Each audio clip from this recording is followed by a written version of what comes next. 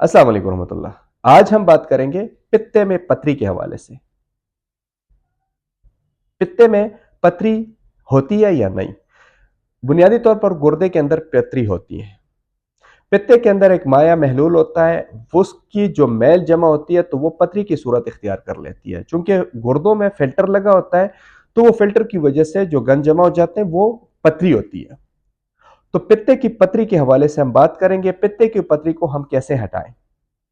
इसमें कौन कौन सी चीजें शामिल है? इसमें है नौशादर, इसमें है, ठीक है, इसमें है सुहागा है, सज्जिकार है, इसमें तुख्म बकायन है, इसमें कलमी शोरा है, इसमें इलाची है, संग यहूद है, ठीक है, और संगदाने मुर्ग है। तफसीली वीडियो मेरे YouTube पर अपलोड है, लिंक बायो में मौजूद है।